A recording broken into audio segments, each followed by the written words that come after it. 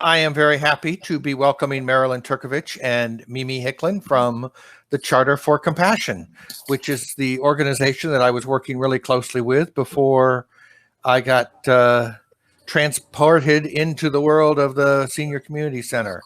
And I miss working with you guys, but I'm very happy to have you here to talk a little bit about the wonderful work that you are continuing to do.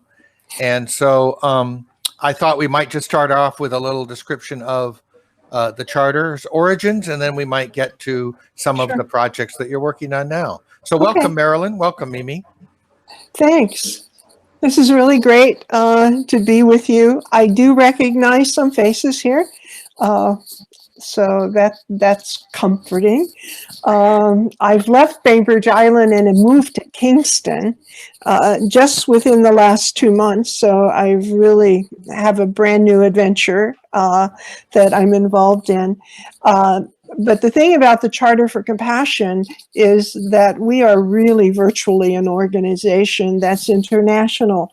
And so, for example, how I start my day very often is a call with India or somewhere in the Middle East or in Africa, and end my day with Australia. But Reed said that maybe the best thing to do is to give you a tiny bit of background about the Charter for Compassion. So I'll start there. Initially, it was started as an idea by Karen Armstrong. And Karen is a theologian, I would say, and also a religious historian, and very well known with lots of books behind her. And as she was involved in her writing and everything that was happening within the world, she came to the conclusion that basically the only thing we had left as a human society was compassion, and that would be the thread that would hold us together and bind us together. And the TED organization, that group that does all of these wonderful talks that you hear, at some point around 2007 decided that they wanted to give an award to people so that they could take their ideas and catapult them into something great. And they had never done an award before that time period. And so she was the very first person who got the award.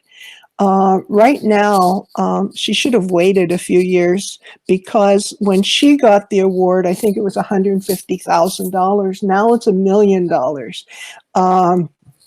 And so you could do anything you wanted with the money. And so she was very clever. And it's almost like when you're a kid and you say, oh, Aladdin had 3 wishes, and you think, okay, the first wish I'm going to make is for 10 more wishes so I can get everything that I want. And in a way, that's what she did. She said, my wish is for the TED organization to create a charter for compassion. And the TED organization said, okay, and they had no idea what they were saying okay to. And if you have an opportunity, you can go to YouTube and you can put in Karen's name. It's spelled like Karen, but she's a Brit, and so she says that her name is Karen. But you'll have an opportunity to see her speech. And as you know, the TED talks are between 17 and 18 minutes, so that's what you'll get. But in it, she implores people to think about putting together a charter for compassion. And what it is, honestly, is 300 and maybe 80 some words that really support the golden rule. And as a religious historian, she found the golden rule operative in every single religion in the world. And that's why, we often say the best way to talk about the Charter for Compassion is just to say it is the implementation of the golden rule, putting it into action. And so we have been on a 10-year journey to do that. And that that journey has been one that starts with working with compassionate cities, meaning that there are people at the grassroots level who come together and say, geez, we have some problems in our city, and we'd really like to really identify those problems and really concentrate on working on the problems directly. And then also to say to local government, we're here with you. We understand that we're responsible citizens and we really want to make a change. And Can I thread that out just a little bit? Yeah, go ahead. So that is a situation where the way to respond is a local decision. In other words, the picture of compassion might be different in Pakistan or in the US or in India or in anywhere, any community, right? Right, absolutely. So that, the very first city to be compassionate or calling itself compassion, and the city council signing and saying, yes, we are going to work forward to be a compassionate city, was Seattle. And that happened after the TED Talks, obviously. And, it occurred around 2009. And interestingly enough, Mayor Fisher, who is still the mayor in Louisville, Kentucky, and we all know that Louisville has had some intense problems late. This is what makes our work very exciting, just helping to respond to what's happening, not only within the United States, but quite honestly, globally. And so Mayor Fisher learned about Seattle's mayor signing a charter for compassion and saying, we think that Louisville, Kentucky is more compassionate than Seattle. And so he challenged Seattle to figuring out what city had more compassion and more programs and how they could alleviate the suffering of people who lived within the context of the city. And so that started something that is kind of fun called the Compassion Games. But the fun part is serious. And it depends on, obviously, as Reed was saying, what happens within a city and how they promote the charter. In Louisville, Mayor Fisher started the Kindness Days. And he started them right away, and it's very organized, and it has been going on since 2009.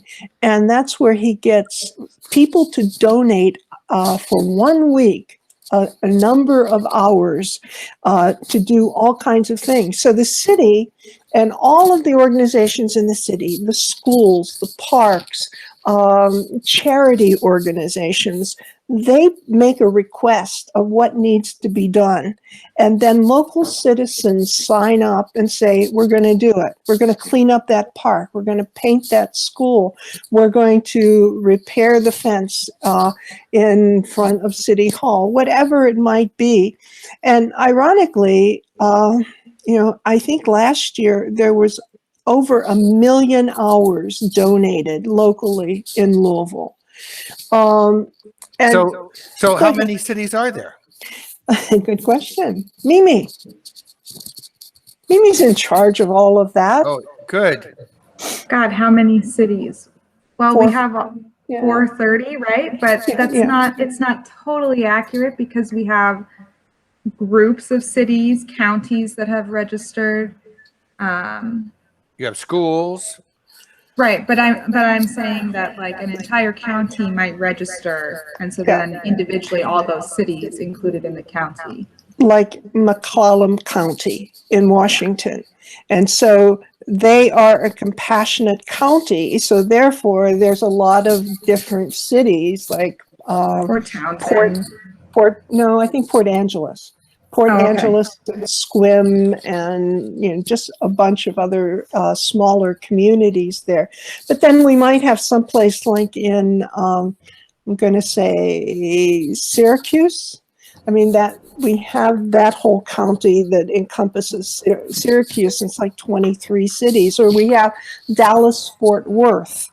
And that's 23 communities, but not every one of them have signed the charter. So it, as Mimi says, it's hard to keep up with this, and especially and we're only right now talking about the U.S., but we have really hubs around the world, and as Reed said, each one of them is really focusing on the needs of a community. Like, for example, if we look at Karachi, which came to the Charter for Compassion right away in 2009.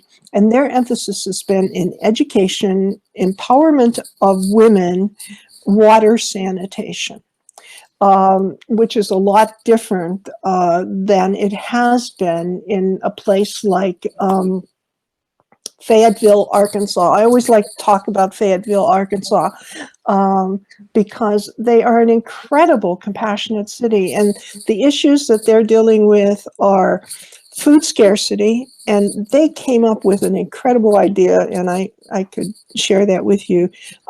Placement of refugees. They have accepted a number of refugees from camps that are located in North Africa. And the other thing that they work on is race relations. And that has taken on a number of different forms. One, for people who are really into research, they have been really trying to document Fayetteville's history during the slave movement, so that, and they have located hangings within their county so that they can turn over that research to the wonderful museum that is down in Alabama, that kind of takes that documentation and then erects not a well, I guess it is a statue to commemorate that hanging. And also just having community dialogues, which has been really very important to their community. But the food scarcity thing is really interesting, because one of the things that Fayetteville did was to say, okay, we are, I think they started out with 9 grassroots people, and they said, but there's a lot of good things happening in Fayetteville. So let's find out who's doing what and how we can help them instead of reinventing the wheel. So they found that there was a group that was really dealing with homelessness, and they found that there was another group that was dealing with food and providing food, but to homeless people. And so they collaborated with a group of farmers, and they now have a business that's called Tricycle. And so they have community land, they produce food. 1/3 of the food goes to the local market to make money. 1/3 of the food goes to the homeless, and 1/3 is to sell, like in kind of like package orders, and that money then is reinvested to improve the land and extend the gardens that they're building. And they've been so successful in doing that. So we're thrilled with that model. And the idea too behind all of these compassionate cities is to compare best practices. So I'm going to switch it a little bit, because I'd like to talk about some of the ways that people who are not directly attached with one of these cities might learn about some of the skills and some of the activities. And I know, Mimi, you help coordinate a lot of programs. There's a ongoing Global Read program, and there are some educational opportunities. Can you talk a little bit about some of those things the Charter does? Yeah, so if the city that you're living in doesn't already have a compassionate city initiative, and you want to get involved maybe quicker than it might take to get that grassroots process moving, because it can be a process. The Charter does offer programs. You can partner either as your business, or maybe your religious community might sign the charter. We also, as you mentioned, the Global Read is, well, Marilyn really could speak to all of the authors that we've had, but we try to choose authors from all over the world and have someone interview them, and we invite our members to read the book and then join us for a conversation with the author. And it happens about once a month, and all of those are recorded and available for viewing afterwards, so you can see those on our website. We just spoke with Sharon Salzberg. I'm all whacked out with sleep, but I think it was yesterday morning at 7 a.m. There was. And then the week before, we had Billy Collins on, which was a real treat. And both of those are available on the website, so you guys can catch up and see those. And we do have education programs that, and this does kind of go back to compassionate cities, because if a city is involved with us, it's a great opportunity for us to help the city use these compassionate education programs. So Marilyn, I don't know, CIT, compassionate integrity training is something we offer, and C-learning. But compassionate integrity training, it's not a program that we created, but it's a program that we have partnered with the compassion integrity training folks to offer to our audience. And it's another program where you don't have to be in a compassionate city or working towards a compassionate city. You can take part in that training as an individual and then bring it back to your community. Right. So I want to make sure that if somebody has a question, to either type it in the chat or just open up your microphone, and we'd love to have Marilyn or Mimi answer it. Yeah, she talked a little bit about partnering. That's a big part of the charter's work. Yeah, we have 2,600 or so partners around the world, and they break down within a number of what we call different sectors, or themes or categories. And so, for example, we have like over 400, close to 500 different religious organizations and churches, synagogues, mosques that are involved with the charter under what we call religion, spirituality, and interfaith. But we also have arts, education, environment, peace, science and research, women and girls, and a few more in between.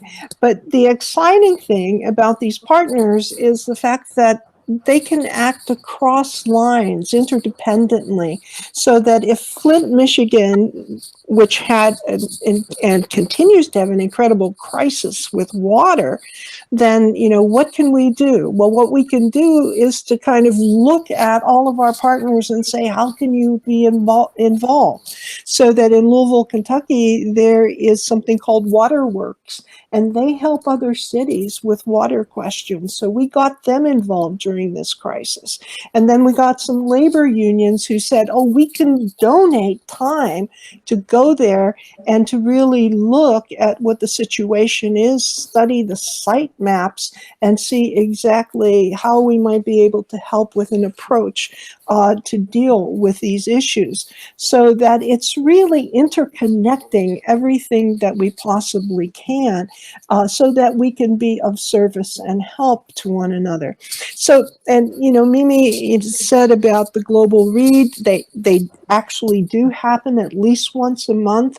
We're working on 2021 now to get a list, so that when it comes time for you to give presents during Hanukkah or during the Christmas holidays, Kwanzaa, whatever it might be, that you might be able to select one of those books and then have an opportunity to come and actually hear, like, for example, from Robin DiAngelo with her White Fragility, and have a conversation and ask questions after a short presentation of giving. their overview of their book. So I'm showing on the Yeah. screen some of the books that are, or the book that are coming up. And Yes, maybe, and on the right-hand side, you can see yeah. prior global reads, and all of those are offered. And you can just click on those and they're free, and you can experience an hour with Billy Collins, for And example. you won't regret it. No, Um, it was really a wonderful, wonderful presentation. It was And the amazing. same thing with our education courses. We have courses that are offered for $15, and they can go up to as much as $45. We have one coming up that's really quite expensive at $60, but it's 8 weeks. And you know, it's a great opportunity. And I would say that in addition to the content that people experience, it's also the fact that you're really in conversation with people from all over the world. And I think, you know, Mimi mentioned compassion integrity training, which, by the way, was an inspiration of the Dalai Lama. He put the money into the research for the course, and it was developed at Emory University. And that course is a 10-week course. It's really very much, you know, an opportunity for people to commit to really understanding what compassion means for themselves, for others. And then this is a little different than maybe some other approaches, but then to understand systems. You know, how do you compassionately understand a system and begin the process of bringing about change within the context of a system? Very, very timely in a time where we're talking a lot about systemic racism. Yeah. Things that are built into the structure of of a society. Yeah, you know, and I have to tell you, one of the highlights for I'm a facilitator of compassion integrity training. I don't get to do it much because it really is a time commitment. But last year, UNESCO, the Mahatma Gandhi Education Institute, asked us if we would really try something new, and they selected 60 young administrators in leadership positions around the world with whom they were associated. And they said, can you train them in compassion and integrity training? So we started online with 60 people. It was really wonderful. We did 7 weeks with them, but UNESCO then paid for all of us to come to Delhi. And we went for another 4 days and finished the other skills within the compassion integrity training. And it was a wonderful experience, because when after 7 weeks of these people seeing each other online, actually physically met, it was just so incredible. But then the next thing, because of really what became a very successful pilot, UNESCO said, can you train 10,000 people? Because that's our whole community around the world. And we said, no, we can't do that. That's an awful lot of people. But over the last year, we have been working, and UNESCO has been paying for it, of putting together a simulated online course with lots of, you know, animations and presentations of scenarios and the like. And then you can take those at any time you want. And then we have like a 2-hour meeting every few weeks, so that people can have the same experience, which isn't as great as, you know, coming together in person, but it's truly wonderful. Well, and that's part of what we're learning in this pandemic time, is that there are ways that we can connect. They may not be as wonderful as being in person, but they are better than being disconnected. That's for sure. Mimi, was there something you wanted to say? Oh, I was just going to say, and Marilyn kind of kept illustrating this, is there's so much compassionate work being done. And as we, you know, I should have prepared a little more for this conversation, but when you posed that question, I didn't even know where to start, because the projects that fly across my email every day are inspiring, and yeah, there's just so many of them. So I think that what sort of grounds me in understanding the charter is that rather than create a bunch more, although we are creating some of our own stuff, we really act as sort of a phone book of all of the compassionate work that's being done in the world. And so if you are an arts partner, for example, and you're looking to connect with other arts partners, then you can show up on our website or email contact@Charter for Compassion. And our job then is to get you in touch with the people who might be interested in collaborating on a project with you. Or if you're a church in Atlanta, Georgia, and you want to connect with other compassionate partners who may or may not be religious in your area, similarly, we can connect you on our sort of back end of things. So I think a lot of what I feel like I do day to day is get people in touch with people that they might not know they need to be in touch with, and then sort of magnify the compassion movement globally, make those connections. And you have openings for volunteers to help with that, I'm sure. Always. Yeah. And I bet the email to find out what volunteer activities there might be would be contact@charterforcompassion.org. Yeah, and I just thought when Mimi was talking that a wonderful introduction, and Reed, maybe you can pull up if you in the navigation bar under programs and go to the webathon. We just had a 25-hour webathon, and only insane people who do not have a broadcasting background would take this on, but we did. And it is really, truly wonderful. So if you have an opportunity and you have, a few hours that you want to be entertained with very positive kinds of things, lots of music, poetry exchanges. Billy Collins is in here. Naomi Nye, who many people on Bainbridge know because she's been at a number of readings on Bainbridge. There's Kalish, who won the Nobel Prize for really trying to stop child work around the world. It was just incredible. And the last segment, I think, is probably one of our best, the last half hours in this whole offering. But it's all there, and you don't have to put in 25 hours in a row. We're putting in playlists so that you can have an exact idea of what's in each one, but there's some really wonderful material there for you. Just don't watch it on Google Chrome. No, No, seriously, don't.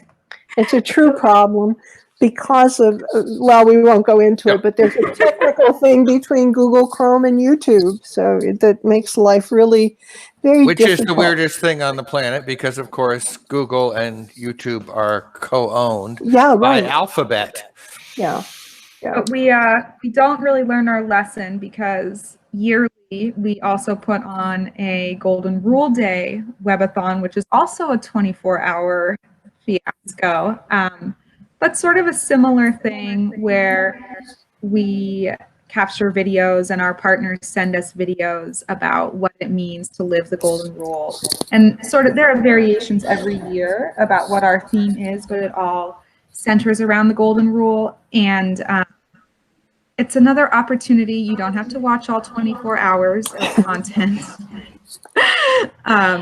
but to be uplifted with things that are happening globally rather than depressed.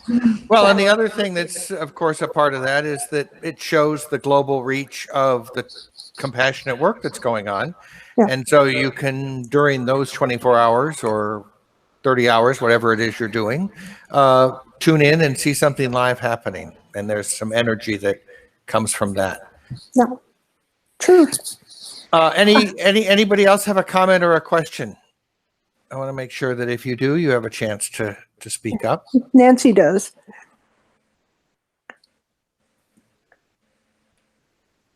Nancy. She's muted. She's- You need to unmute yourself. She's trying. There you go. Okay, I'm good.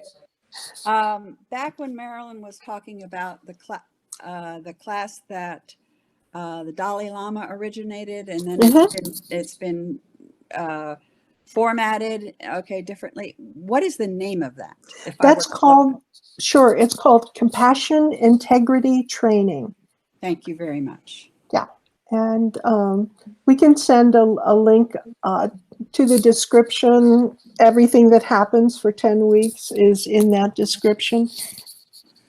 Wonderful. Thank you so much. You're Yeah, welcome. I'll put it in the video link, and also for people who are members of the Senior Center who are on this call, I'll send you any links that we come up with within the next 24 hours when I put this video up.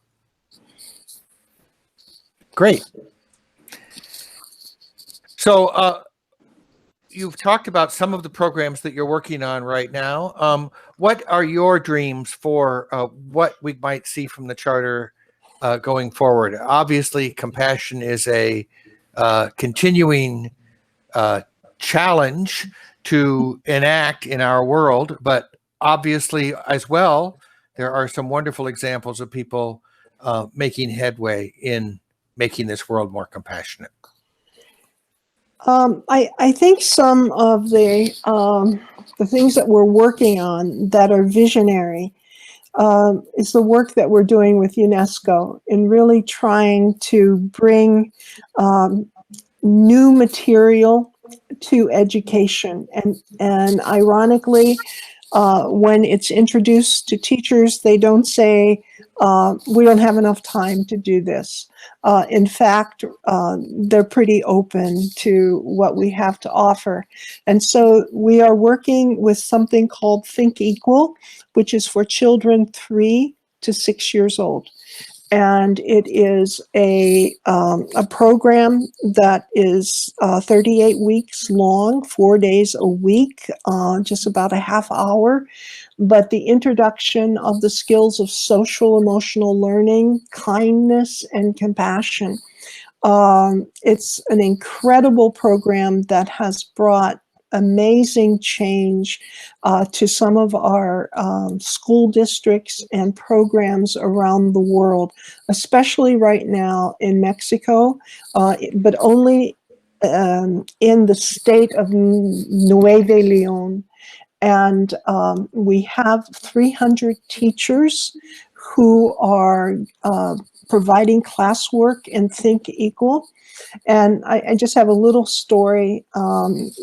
There was a teacher who reported an incident on a playground in Monterrey, Mexico. And there were 2 boys who were about 5 years old, and they were fighting and, putting up their fist and, rubbing their feet in the ground, ready to charge at one another. And a little girl came up to them and said, "Stop, you don't need to do that. Let's talk." Yeah. And so she facilitated a conversation between these 2 boys. And, many teachers have reported about the fact that parents come and say, "What are you doing to my children?" Because they're intervening in conversations that we're having. Yeah.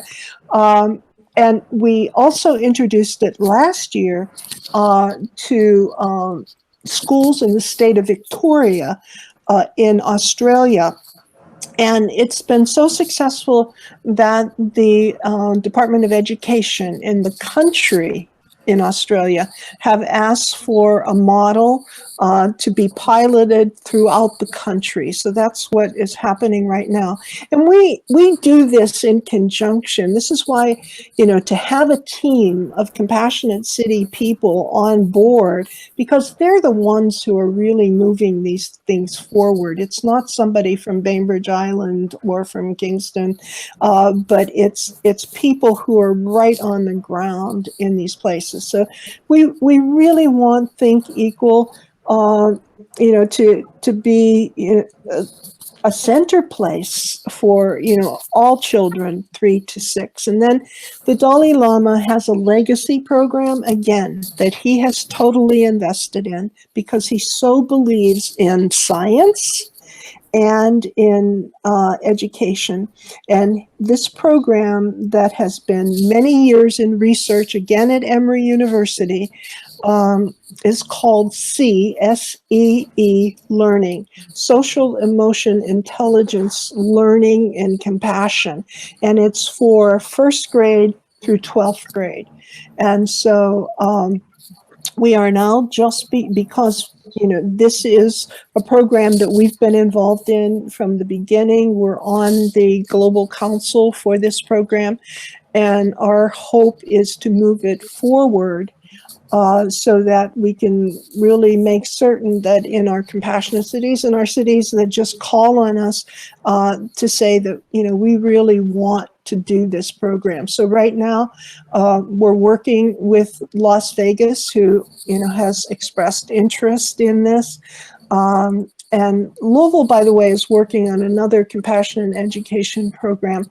So, this is a vision. And then the next step is that, for people who are beyond, like in college and beyond, is the compassion integrity training. And the idea here is to get a number of core groups of people around the world trained in this so that in turn they can train others. Also with UNESCO, we're working on a anti-violence program that is incorporating compassion integrity training. And there's a lot of, pilot activity right now in that regard. It is so important that this work go on and that you help us see it, because obviously there's a lot of darkness and despair in our world. So thank you very much for doing that. Can I just echo what Marilyn was saying about education before we sign off here? Yeah. That if I had a vision for where we're going with the charter, and I think that it already is manifesting itself, but I want to keep moving in this way, is to really get the youth involved. Our programs are incredible, and it would be amazing if they became commonplace in school world. And I think that is sort of the dream. But a while ago, well, not that long ago, before I went on maternity leave, we were looking at Google Analytics, and our main audience, I want to say, Marilyn, was 40 to 60-year-old white women. I think that's shifting so that more youth are coming across our Facebook page and our website. And we're actually partnering with a couple organizations to facilitate a youth unconference or e-conference, basically an online event that the youth are leading about how to make this world more compassionate and ultimately livable. And I just hope that our net picks up more young people, because I think they can bring so much energy and wisdom to this movement, and that would be amazing for us. Also, just more manpower at the headquarters so that we could magnify everything that is being done, because it really is incredible what's happening, and it's not always what you see when you turn on the news. So I'm grateful for this job, because I don't feel maybe totally desperate in the state of the world when I'm learning about everything that's happening in counties near and far. And, Reed, if you would tell me how to share my screen, I do have a screenshot of baby Reed. I'm nervous. So, yeah. Well, I don't know how to do it either. How do we? I don't know how to do it. Oh, I think it's present now on the Yep. bottom bar. That's- If you click present now, Marilyn. Okay, I'm going. Okay. Now it's my entire screen. Is that right? That's the best you can do. Okay, so should I This is not click? Zoom. I know it's not Zoom, and so therefore I'm not. How's that? Can you see it? Not yet. Not yet. Did you press Oh. OK? Well, it says your entire screen or a window. And then you have to click on the item Okay, I'm clicked. and I then see say it. press share. Okay. Oh my goodness gracious. Allow? No. I don't know. Darn. Well, no, I I'm wanna not see- getting it. I Oh. know it's so funny. I can see it here and I don't have any directions of what to do with it when I click it open. Dad, My you don't have apologies. Finder? No, I don't. I'm sorry. I know I'm saying my But I dad got should every- have one. I know. What are you doing? Here, I have one. Okay. I got everyone's so excited. Yeah, you Instagram is one, not working for me. It says can't share your screen. Good. You must grant permission, Reed, for me to do that. Oh, weird. That's what it's telling me. Okay. So I give you permission. okay, well, is But my I screen can't. sharing? Oh, there we go. Yes, we're seeing Mimi. There we go. These are my two sons. This is, I can't see you guys anymore. So this is Nope. my husband, Kurt's first biological child, Miles. He's 14, my stepson. And this is baby Reed, who's 4 months. All right. That's In the like, future. true. Okay, how do I stop? I don't know. You're the one who has permission. So You go to that same button. There you go. At the top, it should say stop sharing. There's a little Google. There you go. we go. well, thank you There we so go. thank you We could so have much. practiced this beforehand. Thank you so much. Wow. I want to, That would Humanizing. this is Jim Hayner, and I would like to replace the evening news or all news in today's environment with programs that you've shown here. This is just delightful, and I feel very uplifted for the first time in a long time. I'm Great. off even public television. So thank Let you. me tell you, James, on our last Global Read, Billy Collins said Oh. he is hosting a half-hour segment Every day except 5:30. If you search Billy Collins Facebook, and he will not talk about the news. He won't do it.